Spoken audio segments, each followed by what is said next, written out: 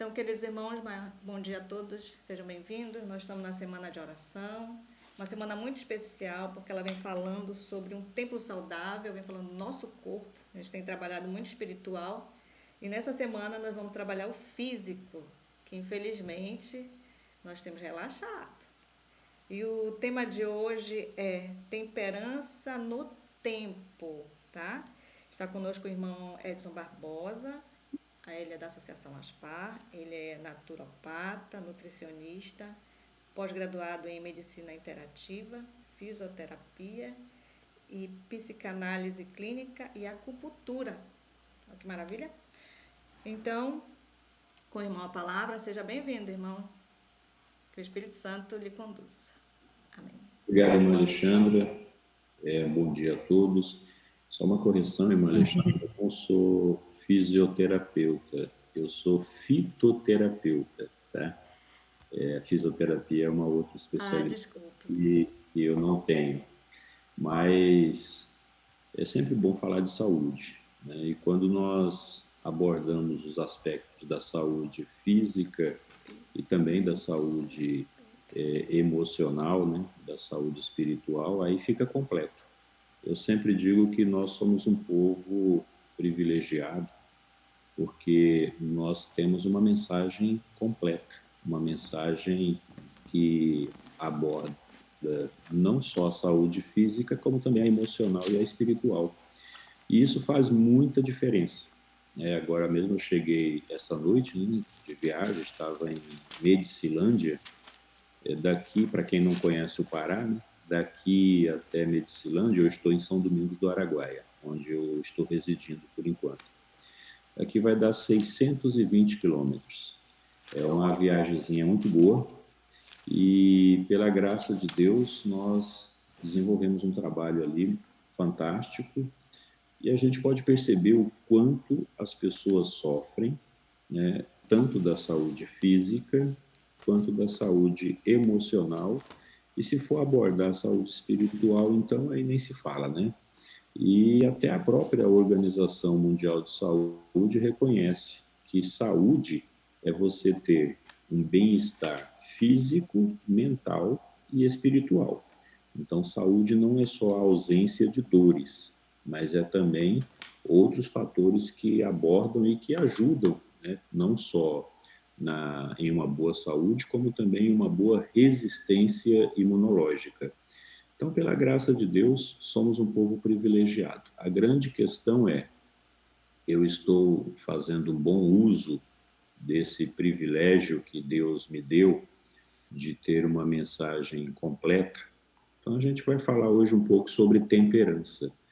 E a temperança, ela é um princípio fundamental, tanto nas escrituras bíblicas, quanto nos escritos de Ellen White. Representa o autocontrole e a moderação em todos os aspectos da vida, incluindo alimentação, bebida e comportamento. Esse estudo vai examinar um pouquinho a importância da temperança à luz das escrituras sagradas e dos conselhos de Ellen White, ressaltando sua relevância para a saúde e também para a espiritualidade. E o texto que foi lido para a base da oração, a primeira carta aos Coríntios, capítulo 9, versos, eu vou acrescentar um pouco mais, né, de 25 até o verso 27, o texto diz assim: todo atleta em tudo se domina, aqueles para alcançar uma coroa corruptível, nós, porém, uma incorruptível. Assim corro também eu, não sem meta, assim luto, não como desferindo golpes no ar, mas esmurro o meu corpo e o reduzo à escravidão, para que, tendo pregado a outros, não venha eu mesmo a ser desqualificado. Percebem a maravilha desse texto que o apóstolo Paulo escreveu? E quando ele aborda a importância de você ter o autodomínio, né, isso serve para que nós possamos parar um pouquinho e pensar, né? o quanto os atletas, né, que vivem dessa profissão, né, do esporte, eles têm um autocontrole, o quanto eles se sacrificam, o quanto eles têm todo um cuidado para alcançar uma coroa. Detalhe, uma coroa corruptível.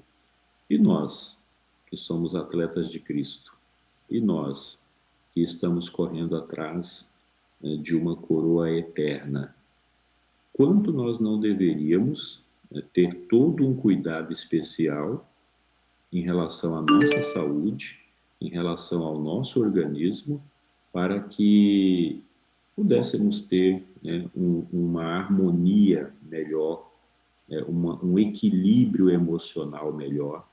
O que nós estamos fazendo aqui, nessa madrugada, já é uma prova disso, porque o que existe aqui, né, nessa igreja virtual, às 4 horas da manhã, é uma prova de exercício do domínio próprio, né? Então, você levantar cedo, falar com Deus, já amanhecer o dia em comunhão com Deus, é um exercício de domínio próprio.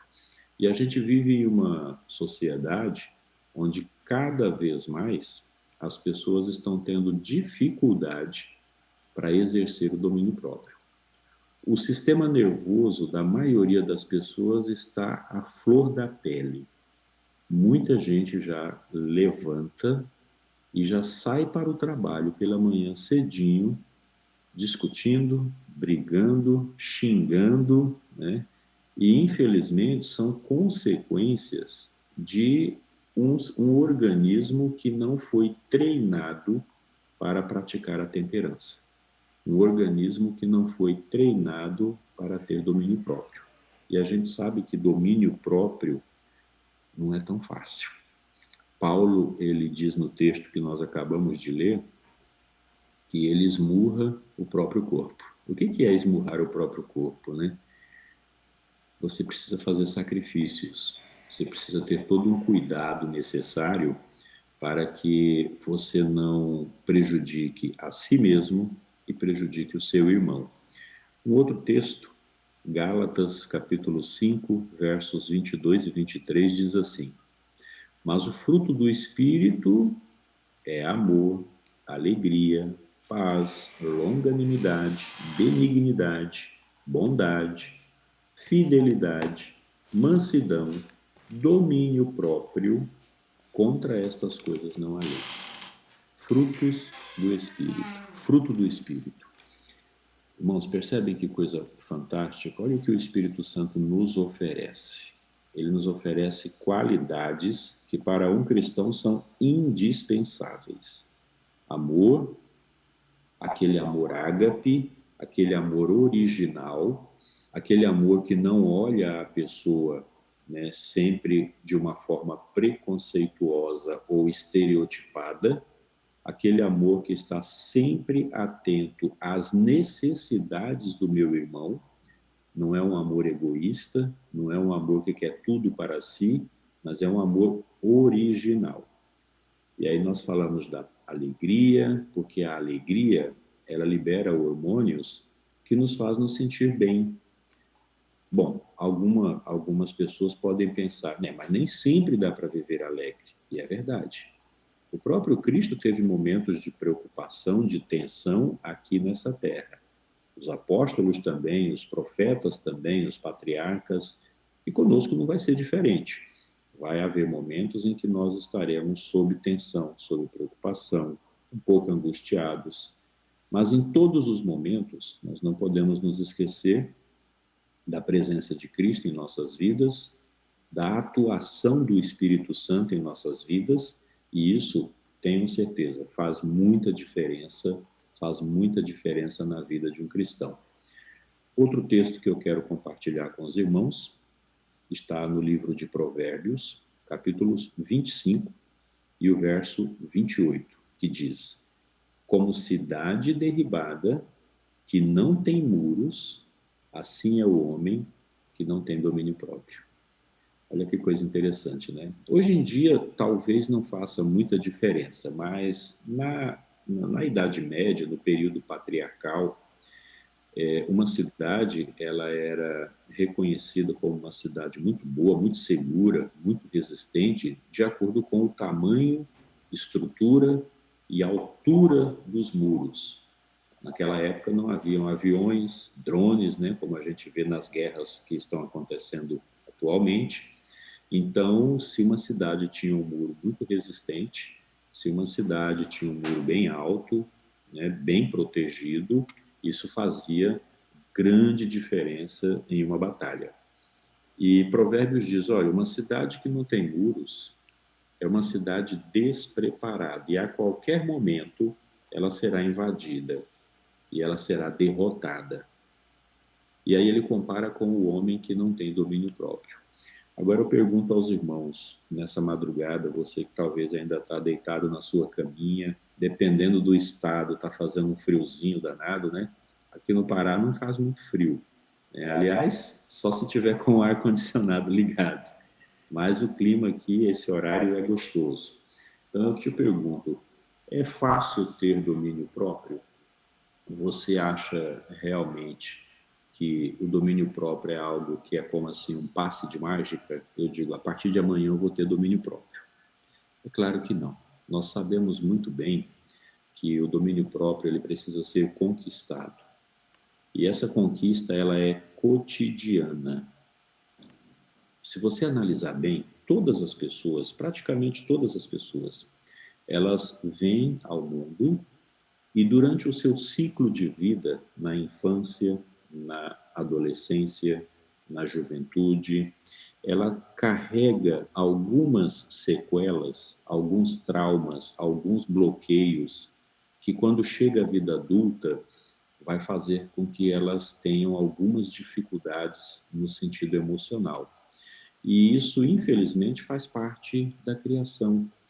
A maioria das pessoas não vieram de um lar perfeito, não vieram de um lar cristão, e mesmo os lares cristãos, né, que muitas vezes são cristãos porque são pessoas que nasceram dentro de uma religião, né, no nosso caso, do movimento de reforma, mas muitas dessas pessoas eles vieram de lares muito perturbados, e isso, durante a infância, a criança ela não percebe o impacto negativo que essas coisas vão trazer na sua vida adulta.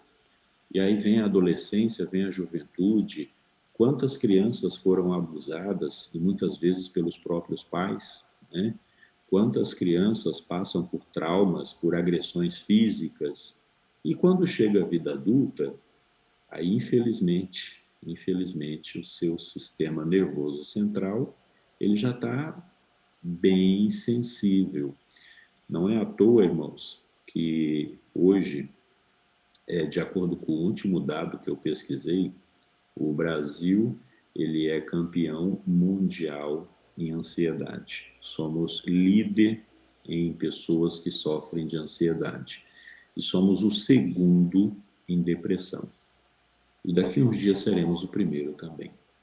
Quais são os gatilhos que fazem com que uma pessoa sofra tanto de doenças emocionais? Como eu falei aqui, a criação, ela influencia muito. Mas aí quando a gente analisa ao nosso redor, e eu não sei se você é uma pessoa viciada em redes sociais, mas se você costuma constantemente verificar redes sociais, você vai ver que o nosso país é um país que ele não oferece uma segurança. Ele não nos dá uma segurança política, ele não nos dá uma segurança financeira em relação à sobrevivência, ao trabalho, uma estabilidade financeira. A maioria das pessoas tem que correr atrás do pão de cada dia. E isso, de certa forma, traz insegurança. Insegurança faz com que eu me preocupe muito com o que vai acontecer.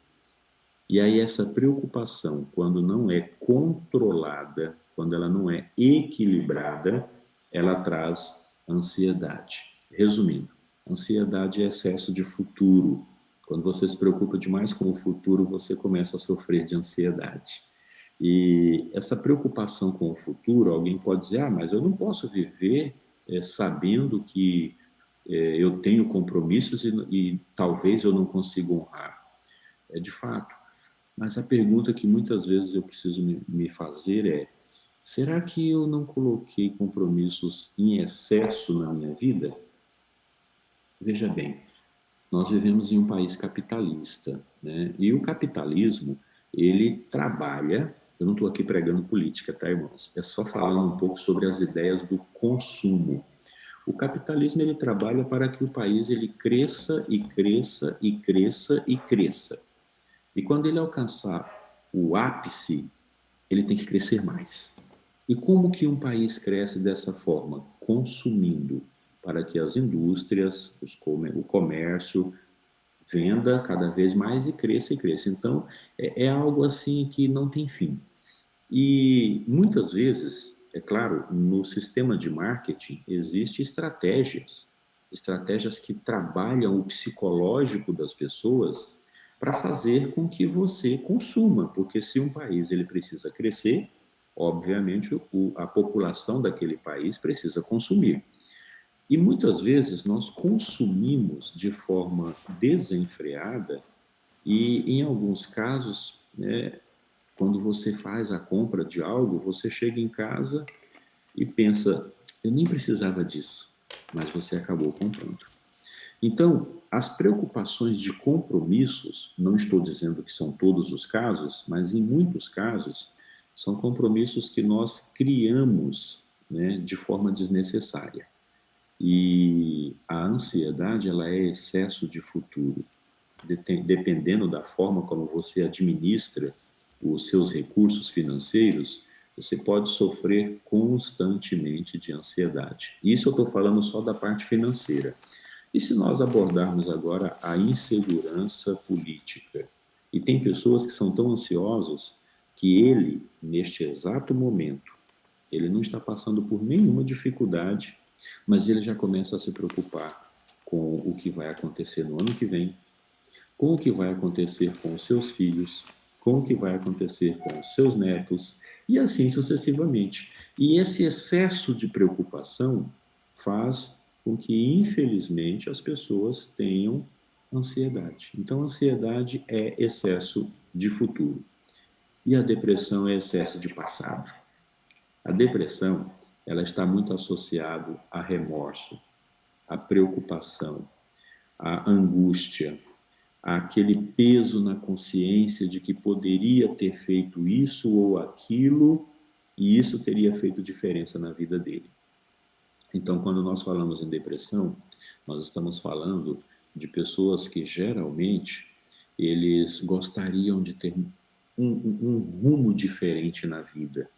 E, infelizmente, por N motivos, nós não estamos aqui para julgar ninguém, é claro, mas por N motivos, essas pessoas tomaram rumos diferentes daquilo que ele queria tomar. E por causa disso, eles são depressivos. É um peso na consciência, de repente, você que está nos assistindo, por causa da negligência, né, de ter visitado a sua mãe, o seu filho, o seu pai, né? Quantos filhos não carregam esse peso na consciência? Eu me dediquei muito aos estudos, ao trabalho e não tive tempo de visitar. Agora o meu pai e minha mãezinha faleceu e eu carrego esse peso na consciência. Nós sabemos, irmãos, que as doenças emocionais, elas têm gatilhos. Todas as doenças emocionais têm gatilhos. E os gatilhos são inúmeros. Se a gente fosse falar de gatilhos emocionais aqui, a gente ia passar o resto da madrugada e com certeza ia varar até a noite que vem. Então, todo gatilho ele precisa ser trabalhado para que eu possa exercer a temperança, que é o domínio próprio. Eu não tenho como exercer domínio próprio se eu não trabalhar as minhas doenças emocionais. E aí você pode perguntar para você mesmo, qual é a minha doença emocional? É ansiedade, ou seja, excesso de futuro, preocupação excessiva? É depressão, excesso de passado, né? Remorso? Então eu preciso trabalhar isso. Como que eu trabalho? Tem uma fórmula mágica? Claro que não. O nosso sistema nervoso, ele adoece como qualquer outra parte do nosso corpo. Assim como os meus rins adoecem, o meu estômago adoece, o meu sistema nervoso também adoece quando eu sobrecarrego ele. E sobrecarregar o sistema nervoso está associado a isso que eu acabei de falar, né? Preocupações, remorsos e tal, mas é óbvio que nós somos um corpo só, e se eu sobrecarrego o meu organismo com alimentos estimulantes, alimentos que não vão literalmente nutrir o meu corpo, eu vou sofrer as consequências de doenças emocionais também, porque o meu corpo não estará preparado para lidar com as situações do dia a dia. Então, eu tenho que ter todo um cuidado especial com a minha saúde física, porque ela vai refletir também no meu emocional, no meu sistema nervoso. E eu quero compartilhar com os irmãos alguns textos que Ellen White escreve, e o primeiro texto está no livro Ciência do Bom Viver, na página 129. Olha o que o texto diz. A temperança em todas as coisas é um dos frutos do Espírito Santo. A verdadeira temperança ensina-nos a dispensar inteiramente tudo quanto é nocivo. O que é nocivo? Coisas prejudiciais. E usar judiciosamente apenas os artigos de alimentação que são saudáveis e nutritivos. Então, olha que coisa fantástica que Ellen White escreveu. Temperança em todas as coisas, primeiro, é um fruto do Espírito Santo. Segundo, eu preciso eliminar tudo que é nocivo. Tudo que é nocivo. Aí você vai parar um pouquinho e vai pensar, o que é nocivo na minha vida? Como que está a minha alimentação? Esses produtos que eu estou adquirindo e trazendo para dentro de casa, de fato são produtos que estão nutrindo o meu corpo ou estão agredindo o meu corpo? Se está nutrindo, parabéns. Se está agredindo, elimine. Não importa se desde criança, se desde a infância você está adaptado a usar esse alimento. Porque existe muitas pessoas que têm dificuldade de abandonar determinados produtos, porque a alimentação não é só uma questão de nutrição, mas também é uma questão de afeto. Ela está muito relacionada ao valor afetivo, ao valor emocional. E existem pessoas que foram criadas usando determinado alimento, então todas as vezes que ele deixa de usar, aquilo meio que mexe no psicológico dele. Mas o conselho que Ellen White nos dá é: se é nocivo, elimine, dispense. Mesmo que você vá dispensando aos poucos, mas coloque um limite. Olha, até dezembro, esse determinado alimento que eu sei que está prejudicando o meu organismo, eu vou eliminar. Então, se eu comia todos os dias, eu vou comer agora 2 ou 3 vezes na semana, e depois uma vez na semana, e depois uma vez por mês. Você vai ver que aquilo que está prejudicando a sua saúde, quando chegar, eu estou colocando como exemplo, né? No mês de dezembro, você já nem está comendo mais. Então, elimine. Irmãos, determinados alimentos, eles têm efeitos muito parecidos com o efeito do uso de drogas. Nós criticamos, né? E, claro, não devemos criticar porque não somos juízes, mas muitas vezes falamos muito mal dos hábitos que são extremamente prejudiciais e que todo mundo sabe. É o uso de bebida alcoólica, cigarro, drogas ilícitas e por aí vai. E são produtos que estimulam o organismo e fazem com que a pessoa fique dependente. Mas você já parou para pensar que existem alimentos que têm efeitos bem parecidos? Existem alimentos que geram dependência nas pessoas, e hoje nós vivemos em uma sociedade que as pessoas têm um altíssimo consumo de carboidratos. O que é carboidrato? São propriedades que estão na maioria dos alimentos que ingerimos. A gente não vai aqui entrar em detalhes, porque aqui não é um curso de saúde, mas sim uma mensagem de orientação sobre saúde. Mas olha só, irmãos, a questão do carboidrato, ele gera meio que uma dependência, né? O carboidrato refinado, ele é metabolizado, e quando é metabolizado no nosso organismo, ele produz açúcares. E esses açúcares, eles são estimulantes. Então, existem pessoas que, quando eles ingerem uma quantidade grande de carboidrato, naquele momento ele tem uma sensação de felicidade, de alegria, mas como ele é um alimento vazio e a maioria dos carboidratos são refinados, então logo passa o efeito e eu já sinto a necessidade de comer mais. E aí eu vou e como mais. E aí eu sinto aquela alegria e depois passa o efeito e aí eu quero comer mais. Percebem que é muito parecido com o vício de alguns produtos aí que nós sabemos que são extremamente prejudiciais, como drogas, bebidas alcoólicas e por aí vai? E como é que eu saio desse círculo vicioso? Como é que eu paro de usar determinados alimentos que eu sei que me faz mal? Irmãos, como reformistas, nós sabemos que alimentos enlatados, industrializados no geral, né, independente de ser, entre aspas, natural ou não, né, se é industrializado não é mais natural, alimentos refinados. Quanto menos eu utilizar, melhor será para o meu organismo. Hoje nós vivemos uma sociedade onde há uma epidemia de esteatose hepática, que é a gordura no fígado. Praticamente 80% da população tem esteatose hepática. E quando se fala então de colesterol, pressão alta e diabetes, aí vai lá para as alturas. E se você parar um pouquinho para pensar, você vai ver que essas doenças, elas estão associadas ao nosso estilo de vida.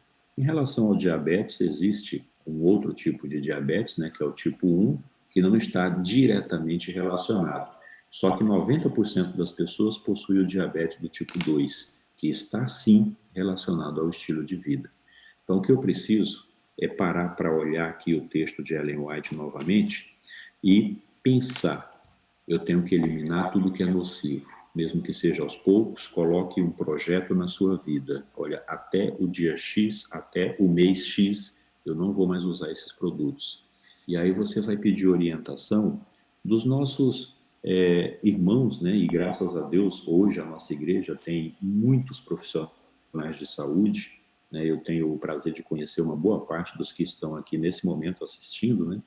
E entre em contato com ele, não tome uma decisão sozinho, se você não conhece de saúde, para que o seu corpo também não venha a sofrer, né, a falta de determinados nutrientes que podem sim prejudicar a sua saúde. Então entre em contato com as pessoas, né, que você conhece, que trabalha na área de saúde, de preferência um profissional cristão que tema a Deus, porque ele vai te passar aquilo que de fato faz a diferença na sua saúde, e coloque nas mãos de Deus para que você se veja livre de substâncias que estão gerando dependência no seu organismo, porque essas substâncias vão atrapalhar a possibilidade de você começar a exercer o domínio próprio.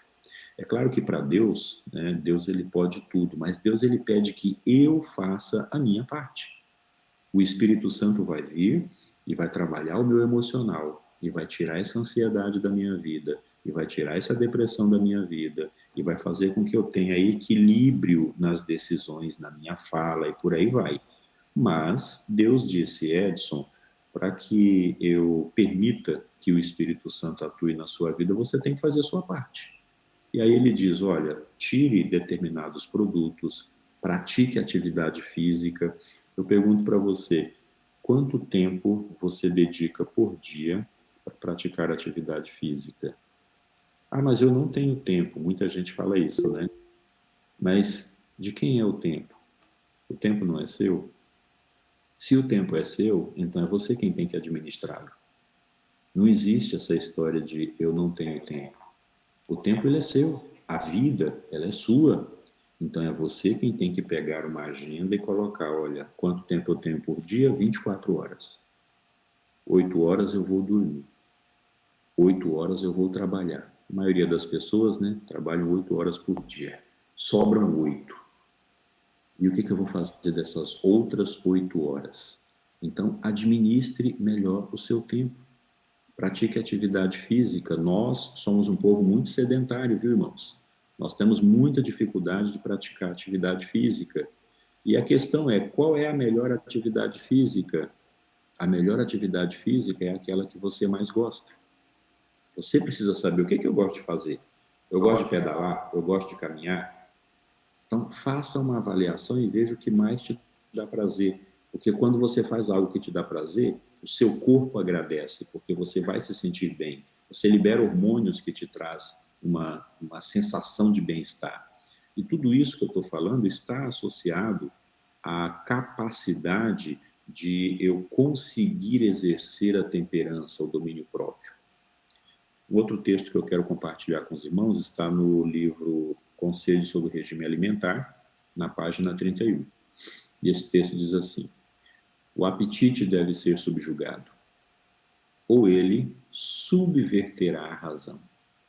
Ou você subjuga o apetite, ou ele vai tomar conta das suas emoções. O verdadeiro jejum que deve ser recomendado a todos é a abstinência de toda comida estimulante e o uso adequado de alimentos simples e saudáveis, que Deus proveu em abundância. Olha que coisa interessante, irmãos. Nós estamos falando dos alimentos prejudiciais, né? Legal. E os alimentos que são bons para a nossa saúde? Ah, porque é bom, então eu posso comer sem nenhum controle. Não é assim. O que Ellen White deixa bem claro: elimine o que é prejudicial e coma com equilíbrio o que é saudável. Porque até mesmo o que é saudável, dependendo da quantidade que você ingere, vai trazer prejuízo para a sua saúde. Porque o excesso sobrecarrega todo o corpo. A maior prova é o problema, é essa epidemia de esteatose hepática, de gordura no fígado. A gordura no fígado, ela, em resumo, a grosso modo, está associado ao excesso, e muitas vezes, pasmem, muitas vezes excesso de alimentos que são considerados saudáveis. Quantas pessoas eu conheço, né, fazendo os meus atendimentos aqui, e que eles dizem: mas eu não bebo, eu não fumo, eu não faço isso, eu não faço aquilo, como que eu estou com gordura no fígado? E aí a gente vai conversar com ele e percebe que determinados produtos saudáveis ele está usando em excesso. É sedentário, não pratica nenhuma atividade física e usa determinados produtos em excesso. Resumindo, esteatose hepática. Irmãos, precisamos ter muito cuidado. E para vocês verem o poder que o meu corpo exerce sobre a minha cabeça. Eu estou falando da esteatose hepática aqui, porque é algo que eu tenho acompanhado no meu dia a dia e é gritante o número de pessoas que possuem. Na medicina tradicional chinesa, o fígado ele é considerado como a glândula do humor. Olha que coisa maravilhosa. Por quê? Porque o fígado ele é uma usina de energia.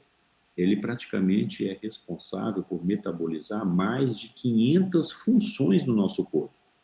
E como ele é uma usina de energia, se ele está congestionado, ele vai produzir menos energia para o meu corpo. Se ele produz pouca energia, eu vou sentir fadiga, cansaço, indisposição, dores de cabeça, digestão lenta e, detalhe, mau humor. Mau humor também. Então, existem muitas pessoas que têm uma série de problemas emocionais e que, quando você vai avaliá-lo, você percebe que está, sim, associado aos seus hábitos alimentares também. Então, quer dizer, quando você percebe que algo não está te fazendo bem, você precisa eliminar, porque isso vai refletir também nas suas emoções. Se você sabe que determinado produto prejudica a sua saúde e mesmo assim você insiste em ingerir esse produto, você vai gerar uma gordura no fígado, um diabetes, um problema de colesterol, pressão alta e tal. E, queridos, é impossível você ter boa disposição com um corpo doente. É impossível você ter controle emocional se o seu sistema nervoso central está totalmente debilitado. Então, tem que haver um cuidado especial em relação à saúde física para que o seu emocional também possa ter boa resistência. Tem um outro texto que eu quero compartilhar com os irmãos, está no livro Temperança, na página 201. A intemperança de qualquer espécie enfraquece o sistema nervoso, causando uma debilidade física, mental e moral. Cristo sabe o perigo que espreita a vida de cada alma, e é por isso que ele ordena que vigieis e orais, para que não caiais em tentação. Irmãos, e o inimigo sabe tanto disso que ele trabalha na indústria alimentícia para fazer com que cada vez mais as pessoas, a humanidade, se torne intemperante. Ele sabe que através do combustível que você coloca dentro do seu organismo, dependendo da qualidade desse combustível, você será um ser intemperante. E detalhe, irmãos, isso não está associado somente à alimentação que nós, como um povo, sabemos que não deve ser ingerida. Isso está associado aos alimentos que muitas vezes nós colocamos na nossa mesa.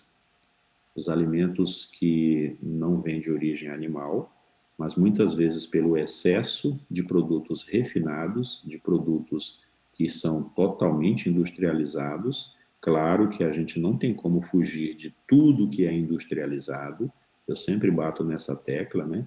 Então não tenho como eliminar tudo que é industrializado, mas eu tenho que fazer a minha parte. Deus, ele diz assim, olha, eu não estou pedindo para você o impossível, eu estou pedindo para você o possível. Então, seja honesto com você mesmo, não tente sabotar a sua mente, tá? Tome uma decisão de eliminar aquilo que é prejudicial e o resto, em outras palavras, Deus diz, deixa comigo que eu vou resolver. Então, irmãos, a questão do cuidado com o sistema nervoso, ele vai muito além da psicoterapia, ele vai muito além, né, da meditação, da oração, que também são importantes. É um conjunto, é oração, é psicoterapia, se for o caso, né? Se você que está assistindo aí percebe que há uma necessidade de um tratamento com um psicólogo, um psicanalista, então procure ajuda, não caia na tentação de achar que isso é coisa de falta de fé, de gente fraco, não tem nada a ver. Como eu disse no início, o sistema nervoso ele adoece como todas as áreas do nosso corpo, e se você precisa de psicoterapia, procure, viu? Porque o seu sistema nervoso precisa ser tratado. Mas não é só isso. É a oração, é a psicoterapia em alguns casos, é o exercício físico que vai te ajudar a liberar hormônios, que vai fortalecer a sua imunidade, que vai te dar a sensação de prazer, e é a alimentação, porque esse combustível que você coloca dentro do seu corpo vai fazer muita diferença na nutrição do seu sistema nervoso para que você tenha o domínio próprio. E eu quero passar para os irmãos aqui algumas dicas, né, em relação à aplicação prática. Então, eu preciso, primeiro, como eu já falei, revisar os hábitos alimentares. Então, o meu hábito alimentar, como é que está? Está legal? Beleza, Deus seja louvado. Precisa melhorar? Então, vamos melhorar. Incentive a substituição de alimentos não saudáveis por opções mais nutritivas. Então, não só faça, como incentive as outras pessoas. Detalhe, incentive, não obrigue, tá? Porque o proibido é sempre mais cobiçado. Então, se na sua casa você tomou essa decisão, mas de repente o seu cônjuge não tomou, os seus filhos não tomou, então incentive. O incentivo é bem melhor do que a pressão, porque às vezes nós queremos logo que todo mundo tenha saúde e queremos pressionar as pessoas. Não é assim que funciona, vamos incentivá-los. Atividade física, tá? Como eu já falei, super importante. Vamos integrar um pouquinho a oração, né? Esse momento que a gente está vivendo aqui é fantástico, mas tire um tempo para você conversar sozinho com Deus, sozinho. Sabe aquele momento que você está dirigindo para o trabalho, aquele momento que todo mundo sai de casa e você está aqui agora que vai cuidar da sua casa, vai limpar a casa? Pois é, esse é um momento excelente. Aquele momento que você está sozinho no trabalho, Então você precisa começar a conversar com Jesus. E dessa mesma forma que nós estamos conversando aqui. Você não precisa decorar palavras bonitas. Simplesmente fale. Às vezes eu penso que se alguém passar com o carro do meu lado, vai achar que eu sou doido. Porque eu começo a falar. E eu digo, ó Senhor, eu estou indo ali para um campo de trabalho, o senhor sabe, né? O campo lá é meio duro, as pessoas estão passando por dificuldade, mas eu tenho que pagar uma conta. E eu preciso muito que o senhor me ajude aí nesse campo, porque o senhor já sabe como é que está a situação. Então me dá uma força aí, Senhor. E eu também tenho um plano de trocar, fazer um serviço assim, assim no carro. O irmão Akira, né, até citou aí o problema mecânico do carro. Falou assim, eu preciso arrumar o dinheiro. Né? Então, assim, claro, sem pressão a Deus, né? Quem somos nós para pressionar Deus? Mas é conversar com ele, é dizer assim, e aí se o senhor puder resolver também aquele problema, e ó, dia dos namorados está chegando aí, Senhor. E eu queria dar um presente para o meu esposo, para minha esposa, e eu estou sem dinheiro, mas como eu vou sair para trabalhar agora, de repente, né? Você podia dar uma ajudinha aí para a gente poder comprar o presente da patroa ou do patrão. Então, converse com Jesus. Converse com Jesus. Bata um papo com ele. Pode ter certeza, irmãos, que você vai ter muito mais intimidade. E essa intimidade vai te dar liberdade. E essa liberdade vai fazer com que você abra o seu coração de uma forma maravilhosa e que vai fazer muita diferença na sua saúde emocional. Bom, a temperança, dentro do contexto, né, relacionado aos cuidados com a minha mente, pode ser entendida como a capacidade de gerir e equilibrar os impulsos e desejos internos, promovendo uma vida mental e emocional saudável. Aqui a gente termina, né, a nossa mensagem que eu queria compartilhar com os irmãos. Eu quero dizer aos irmãos que é sempre um desafio para todos nós. É sempre um desafio para todos nós mantermos o controle das nossas emoções. É sempre um desafio termos intimidade com Deus. É sempre um desafio tomarmos decisões que vai fazer a diferença na nossa vida, principalmente quando essas decisões estão envolvidas em uma cultura, um hábito que eu já carrego por muito tempo na minha vida. Mas tenha certeza, meu querido irmão, que tudo isso é possível quando você, primeiro, tem disposição em ser realmente um reformista. A gente nunca pode esquecer o nome que nós carregamos, né, da nossa igreja. Nós somos movimento de reforma. Então, primeiro, se eu tenho disposição de me manter em reforma, né, e a reforma, ela nunca é para piorar a situação. A reforma é sempre para consertar, para melhorar a situação.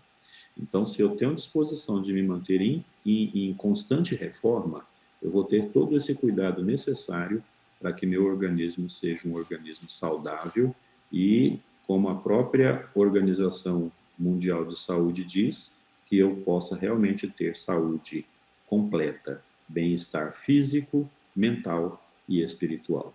Que Deus nos abençoe nesse novo dia, né? E que a graça do Senhor esteja com todos nós. Amém.